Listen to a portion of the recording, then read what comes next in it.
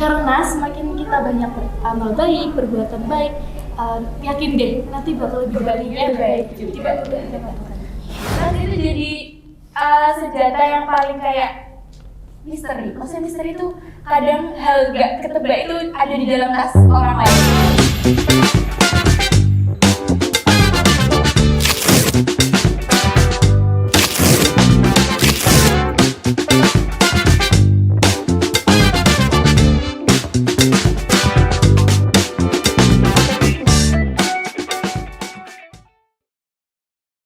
Assalamualaikum warahmatullahi wabarakatuh.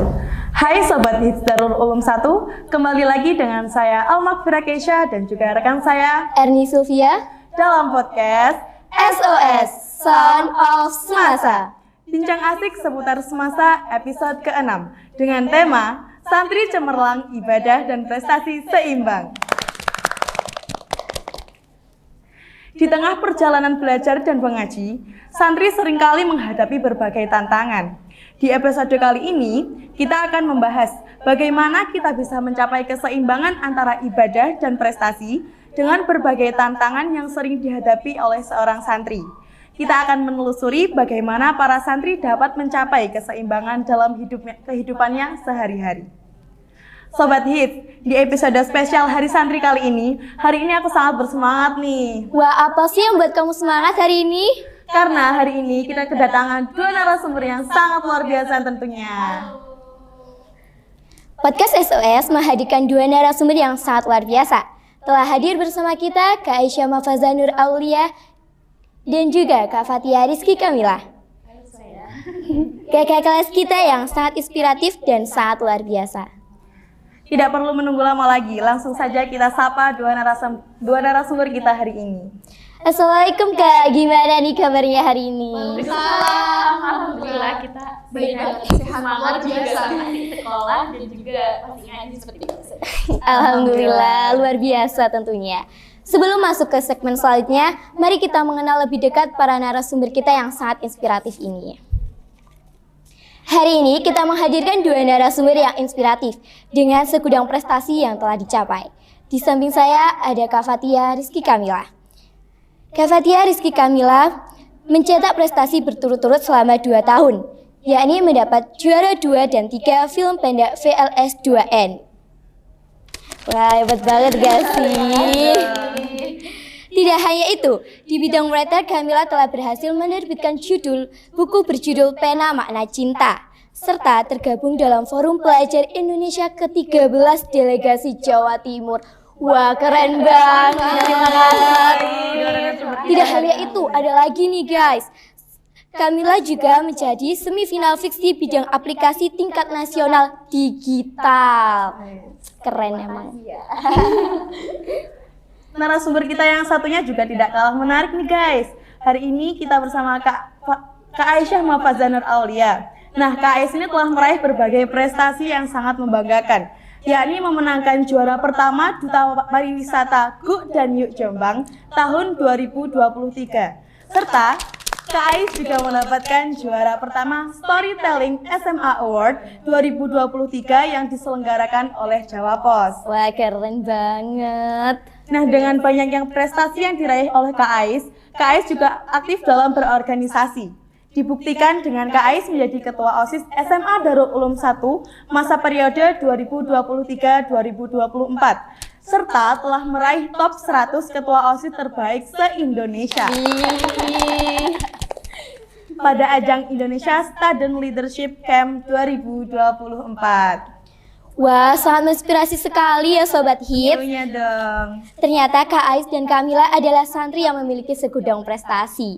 Tidak hanya berprestasi di bangku sekolah, tetapi juga aktif dalam berbagai kegiatan yang menginspirasi. Sobat Hits, Kak Ais dan Kak Fatia ini merupakan siswi berprestasi di SMA Darul Ulum 1 loh. Yang seperti kita semua tahu, hidup di pesantren menjadi seorang santri serta siswa pasti memiliki berbagai tantangan dan rintangan yang tidak selalu mudah. Namun, setiap orang memiliki cara unik untuk menyikapi hal tersebut sebagai peluang untuk tumbuh. Nah, sekarang kalian pasti pada udah penasaran kan dengan perjalanan mereka berdua nih. Wah, penasaran banget tentunya. Langsung aja kita masuk ke segmen yang pertama, yaitu segmen Q&A, question and answer.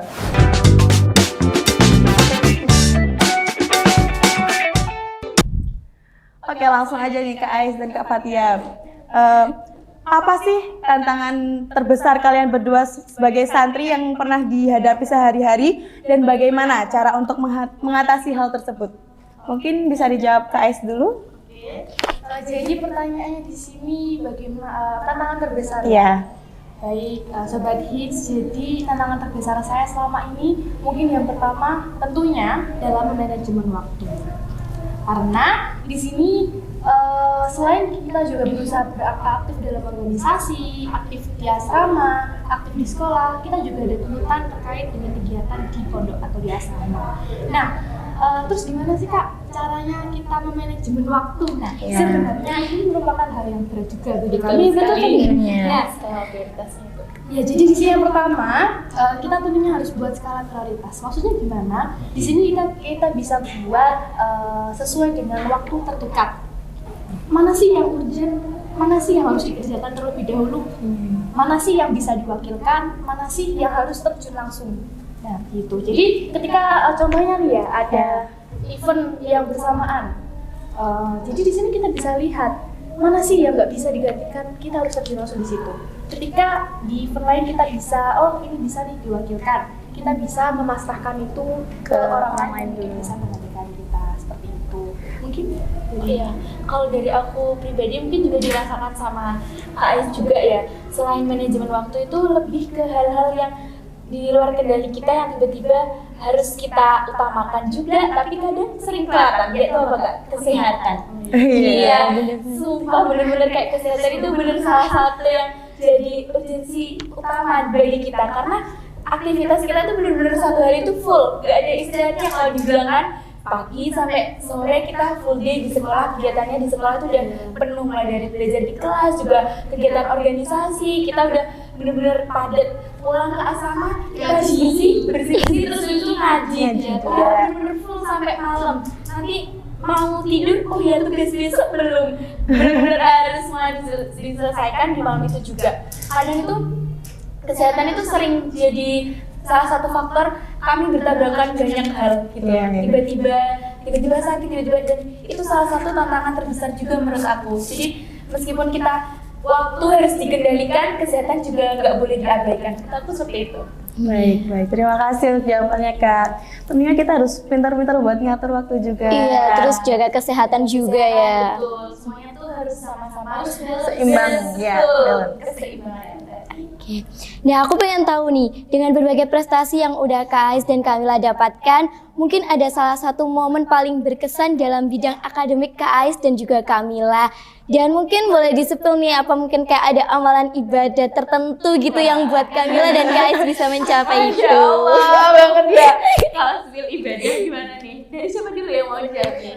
Boleh terserah, mungkin ganti Kak Iya, Fatia. Kak. Oh, dari aku dulu, oke. Iya. Kalau spill akademik ya. akademik. Waduh, timeline aja akademik. Dari akademik aja tentang akademik nih. Mungkin yang paling berkesan banget nih ya, buat Kamila. yang paling berkesan ya. Sebenarnya kalau di SMA ini target-targetnya itu udah mulai tertata ya, karena kita kan udah mau persiapan masuk PTN di kelas 12, jadi semuanya antara akademik maupun non akademik pasti akan berusaha kita seimbangkan gitu.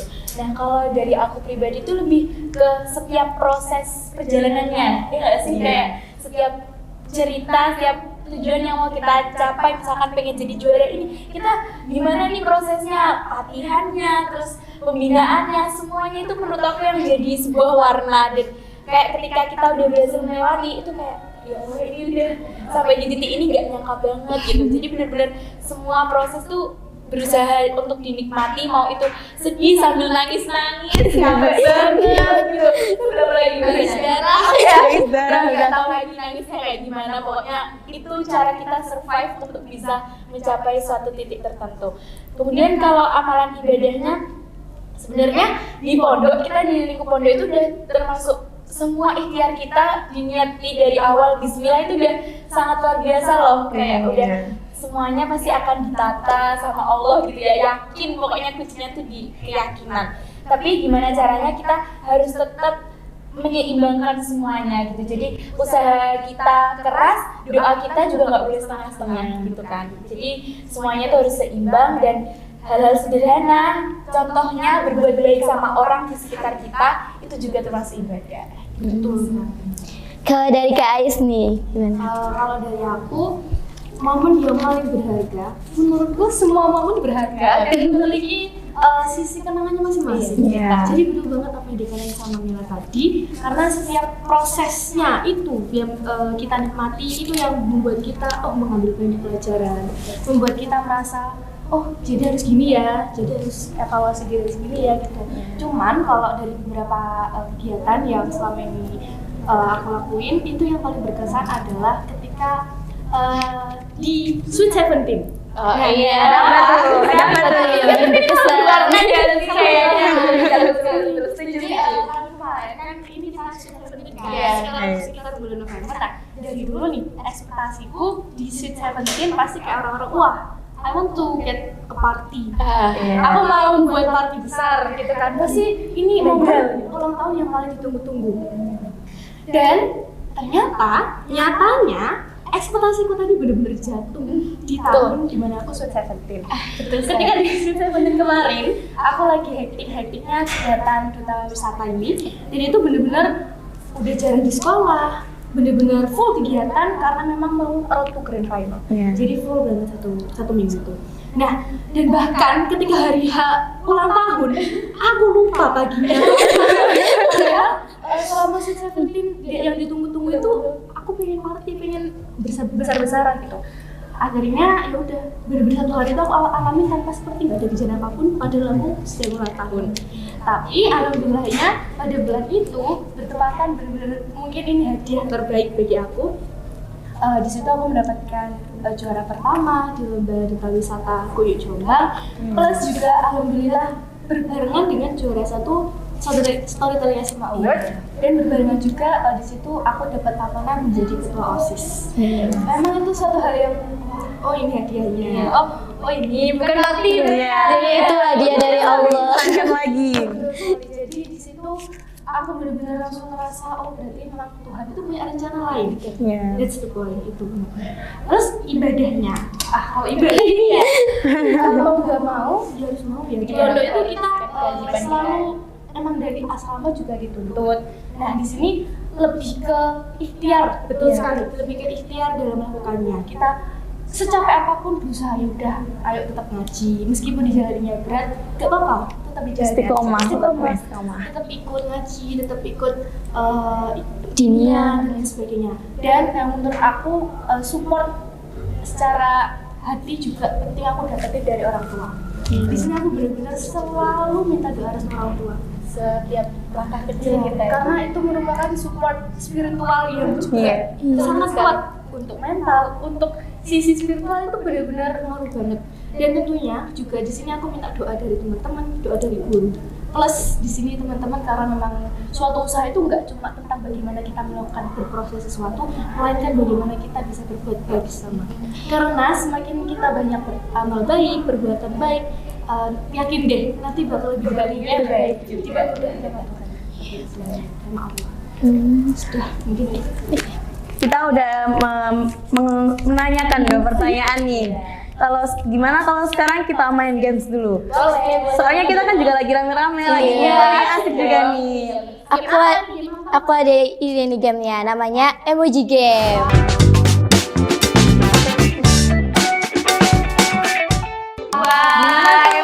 Emoji game. Jadi aku udah nyiapin kertas. Nah di dalam kertas itu ada gambar emoji.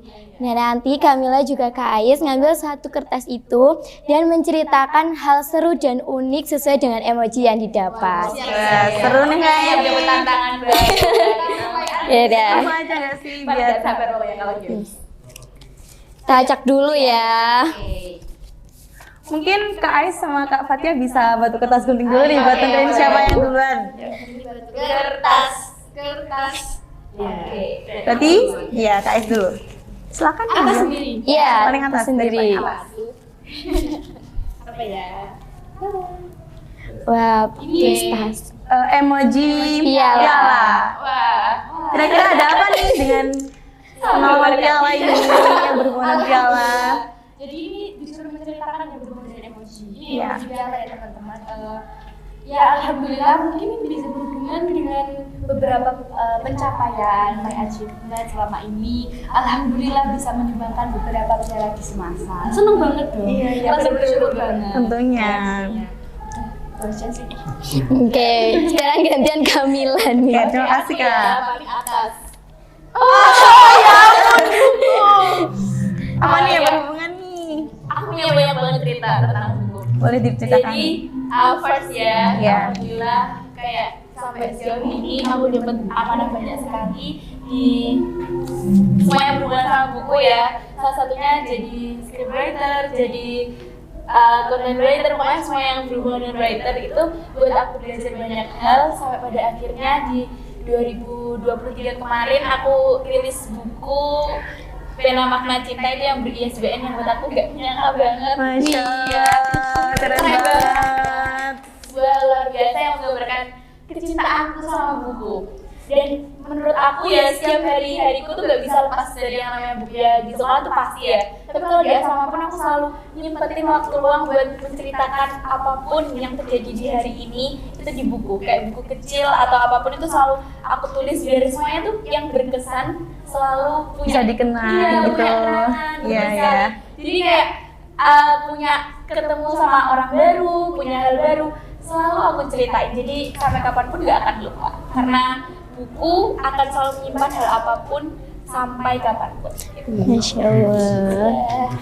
Mungkin Ya. dengan buku juga kita bisa mengikat kejadian kita biar nggak dilupakan. gitu Iya, kan. terkenang selalu. Iya. Lanjut, Lanjut. yang gambar kedua nih. Seperti apa nih? Cocok banget ini kemarin ya. Dia ini kalau Selempang langsung keinget duta wisata ya. Alhamdulillah kemarin di duta wisata juga identik dengan Selempang, Selempangkan. Gak nyangka banget bisa membawa Selempang yang bisa Bentar-bentar, tak siapin dulu. terus juga di dalam prosesnya alhamdulillah selama itu aku juga mendapatkan waktu itu nominasi di suatu juga Masya Allah. Selempang ya, Selempang lagi ya cuman di sini bulan ini besok hari Jumat besok ini udah mau menyematkan Selempang kepada Penerusnya. penerusnya. Selanjutnya. Jadi tentunya Selempang ini hal yang bermanfaat. Minta buat pulang. Iya, boleh Mbak. Selempangnya mau pulang. Oke, ayo Kamila. Kalian ya, lanjut buat gambar yang kedua. Oh my god. Oh my god. Kita Halo guys. Nggak voice nih. iya. Apa itu Kak? Apa tuh? Aduh, kalau cerita tentang OSIS tuh panjang banget ya ceritanya. Kayak jadi kan perkenalan dulu sepertinya. Boleh. Visi misinya OSIS. Jadi kami dari oh ya, teman-teman semua jadi pas banget kita dari organisasi OSIS. Ya jadi aku sama Ais sama OSIS dari kelas 10 dulu dan alhamdulillah sampai kelas 11 ini amanahnya masih terus mengikat kita. Oh, bentar lagi kita udah debut ya. Iya. Iya besok. Bentar lagi, nggak apa-apa. Oke, jadi flashback ya ini. Jadi ceritanya agak flashback tentang OSIS gitu. Menurutku, jadi bagian OSIS itu adalah sebuah kebanggaan, kebersyukuran, semuanya. Pokoknya semuanya itu bener-bener menurut aku bermula dari OSIS. Jadi aku di OSIS tuh belajar banyak hal, mulai dari berteman, terus memanage waktu, berinteraksi dengan orang lebih banyak, orang yang lebih tua, bapak ibu guru, semuanya itu berawal dari OSIS.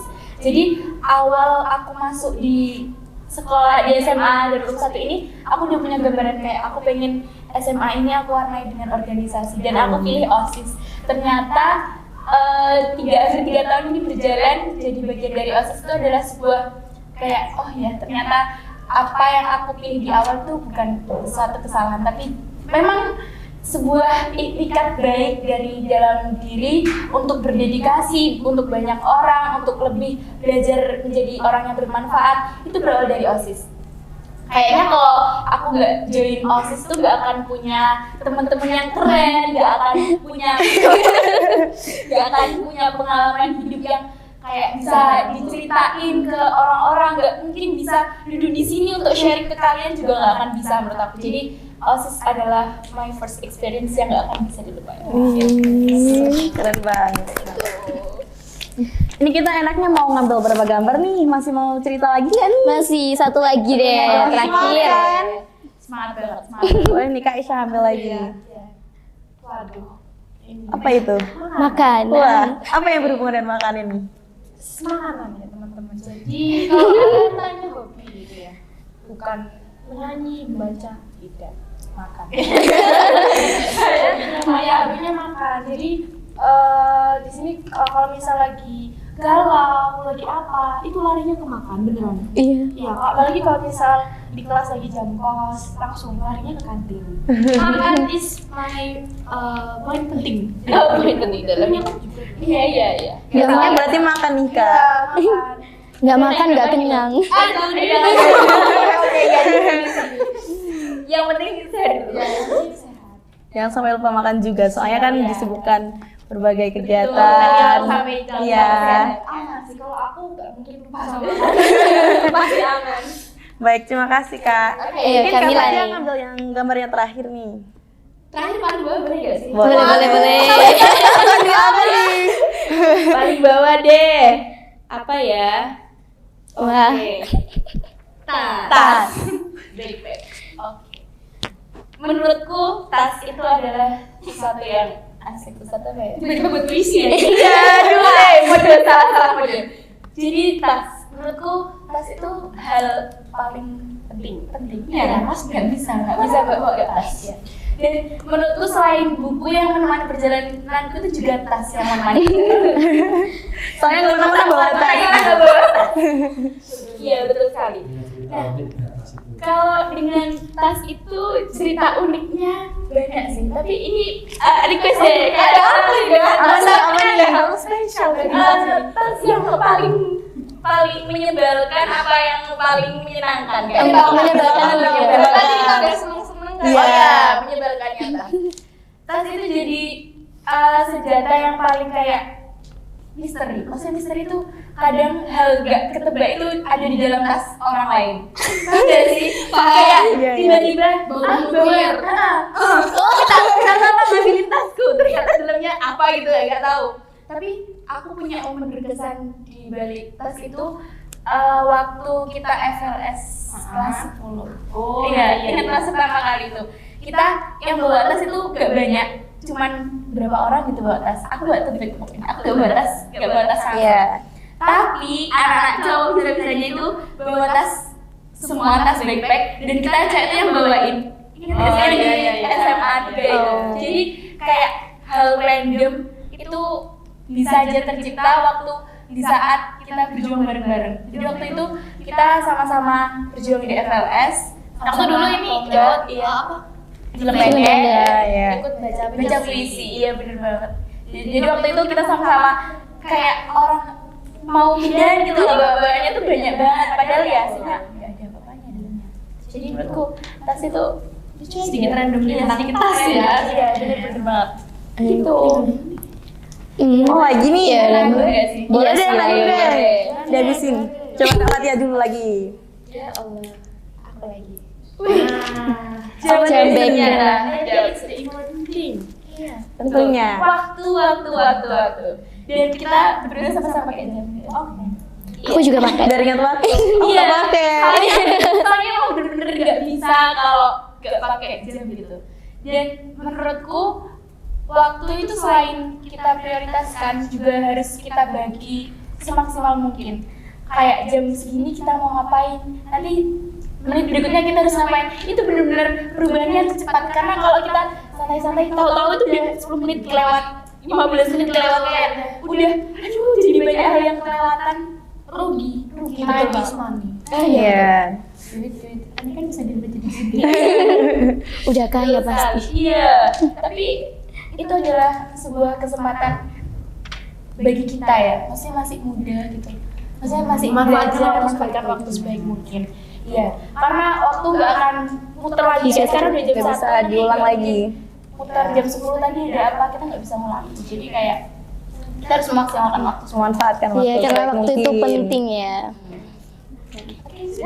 Sudah, silakan. Oke. Al-Quran.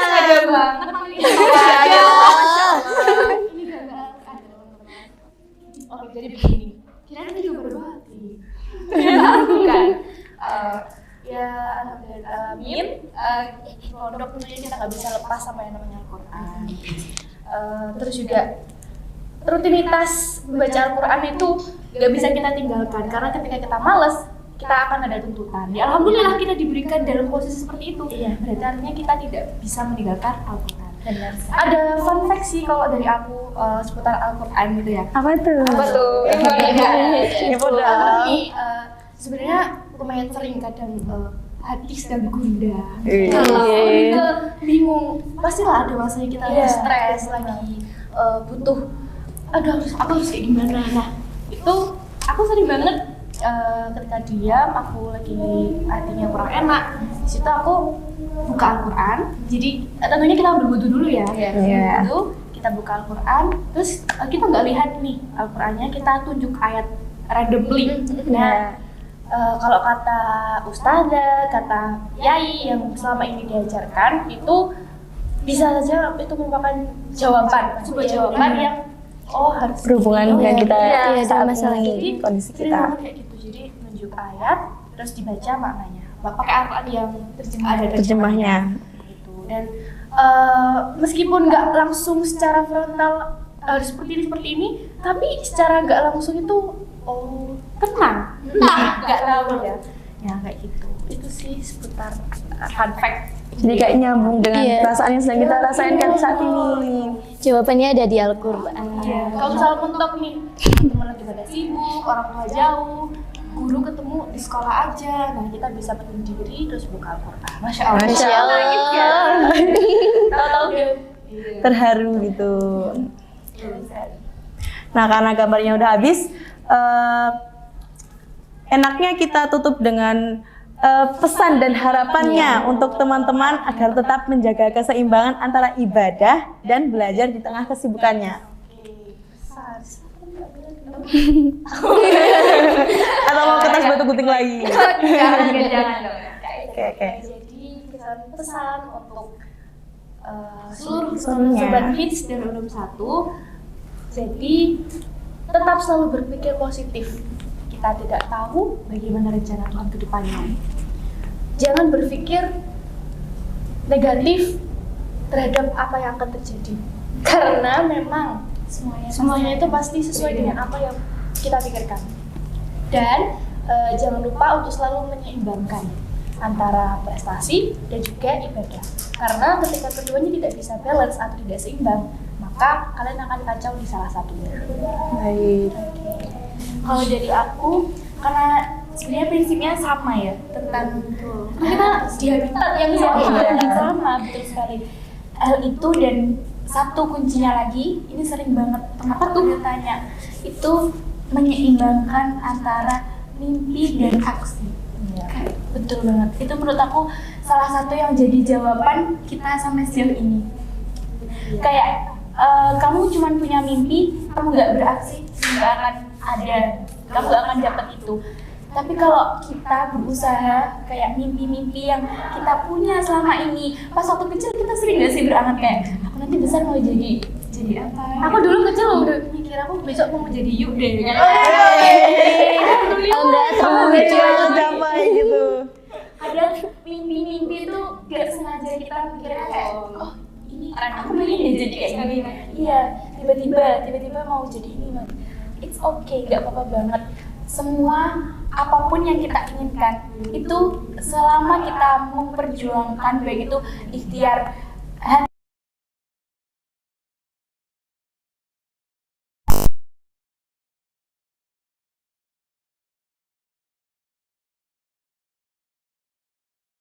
yang berani untuk beraksi. Itu motivasi tanpa aksi hanya imajinasi. Betul sekali, ya itu. Makanya, jadi untuk semua Sobat Hitsdarul Ulum dan utamanya teman-teman santri, berada di sebuah lingkungan yang suci ini bukan sebuah batasan untuk bermimpi dan beraksi. Tapi bagaimana kita tetap memetakan mimpi-mimpi kita dan juga memperjuangkan sampai titik puncak kita bisa menikmati semuanya. Masya Allah sekali.